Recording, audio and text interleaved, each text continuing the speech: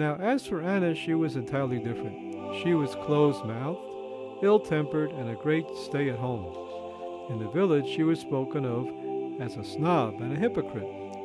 Peter was afraid of her as of the plague, especially in his sober hours. All her power lay in her eyes. When that strong man felt her eye fixed on him, his strength left him. It seemed as if some devil were to jump out of that eye and turn the house topsy-turvy. The look Anna gave me when I first entered her house promised me nothing good. She hated me heartily. She never called me by my own name. All she ever called me was Gide, Gide, Gide. Gide, Gide, Gide, go catch the little pig and bring it over here. The day before, I had overheard her say that it is time to kill the little pig. I did not relish the job by any means. I felt sorry for the porkling, mere pig though it was, and it was hard on me to have a hand in the affair. But one angry word of Anna's set me going. Hey, Gide, bring the pig, this instant. In a moment, my hand was on the animal. Then Anna handed me a rope to bind it. I did as she wanted. The pig started to squeal and squeak horribly. To me, it sounded like, Gide, Gide. Is that the way to treat me? Then Anna handed me a knife and showed me where to make the cut. The pig began to bleed fearfully, gurgling and choking with its own blood. Anna ordered wood to be brought, a fire to be kindled, and the pig to be put upon it. I did all as I had been ordered. My dog was watching me intently, greatly bewildered. The pig groaned and groaned as the flames licked his body and embraced it, and my dog was barking and yelping away up into the sky. I imagined I was on trial in heaven before the seat of judgment, with the pig complaining against me, pleading in screeches and grunts that nobody could understand. The next morning, Anna made me stand before the icon of the Virgin and recite a prayer. Finally, at dinner, she gave me roast pork and looked sharply at me. I took fright and began to chew away at the pork. Screeches and grunts from the dead pig rang in my ears, as though they came right from within my insides. I wondered how the others could listen to all that and still eat the pork in perfect comfort. Suddenly, a lump in my throat began to choke me. Nausea, retching, and I vomited it all out on the table. Samuel, how could you? Get out of here, you dirty Gide, and don't you dare enter my house any more. Did you hear that, doggy? We have been chased out. What does that mean? Did we come here of our own free will? So what sense is there in chasing us out? Samuel, my dear friend, I am very sad for you. I see how hard it is for you. But you know, my lot in this house is entirely different from yours. You remember how when I first entered Peter's courtyard, the other dogs met me with howls, and when you tried to find shelter in the kitchen, Anna chased you out with a stick. Where did that tramp come from? Get him out of here. Right, and that stick hurt my nose. I still can feel it. Immediately I saw I can expect no charity from people here, so I put my trust in my own teeth. I fought all the dogs of the household till blood flowed. What a battle! I was proud of you. Only then did Peter and Anna appreciate my doggish virtues and allow me my rations. You certainly earned them. So you see I saved my own skin, Samuel. Whenever you sit about lonely and moping like this, I wonder and wonder how it is that you do not fight for your rights the way I did. Maybe it finally is time to run away. If they catch me, I'll say my patron chased me out of his house. Oh, Barker, home to my parents. If they chase me out, then I am free. Much time would pass before Peter notices my absence, before the sergeant is informed and people come after me. By then we'd be far from this place. I'm not afraid to hide in the woods. Are you, Barker? Certainly not. Devils and evil spirits I do not fear any more. I know no devil can ever bother a man as much as one human being can bother another. Who are you talking to, Samuel? Marussia, you startled me. Were you talking to yourself? Not exactly. I was having a heart-to-heart talk with Barker here. You've been out here a long time already. Papa gave me a bag of food to give you. Didn't your mother chase me out? That's nothing. You know her temper. That's just her way. She keeps nagging at me all the time and calls me nothing but Jid, Jid, Jid. And what of it? Aren't you a Jid? Should I feel insulted if someone were to call me Christian? What are you going to do now? I want to run away. Without telling me? So you were going to run away and without my knowledge? No, actually not. And it is not you that is stopping me. It is the birch rod.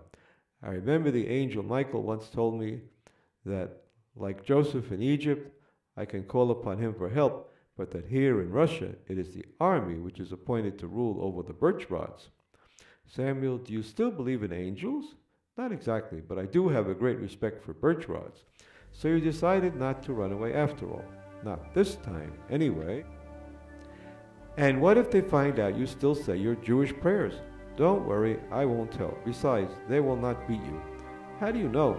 The sergeant is a good friend of ours. But if your mother should complain about me, then I shall go in your stead if they decide to switch you. And what about Anna? Will you let Anna call you Jid? Yes. And if I should ever call you Jid, will you be angry with me? No. Then you are a dear boy and I like you. Here is the bag. Papa said you should go out in the field with the horses for the night, until Anna calms down. Here, take it. I added some chocolates. Samuel, can I kiss you good night? Can I kiss you good night? Can you kiss me good night? Can I kiss you good night? What would the rabbi say? What would my mother say if she knew? What would the rabbi say if he knew? Can I kiss you good night? Can I kiss you good night? Can you kiss me good night? Can I kiss you good night? What would the Torah say? What would the God of Israel say to you? Can you kiss me goodnight? They will try to make you forget you are Jewish. Rabbi, I am the one God has chosen from this village. So every morning begin by reminding yourself, by saying your prayers. Rabbi, I am the one the Lord has picked from all the boys in this village to pass through all the trials and temptations.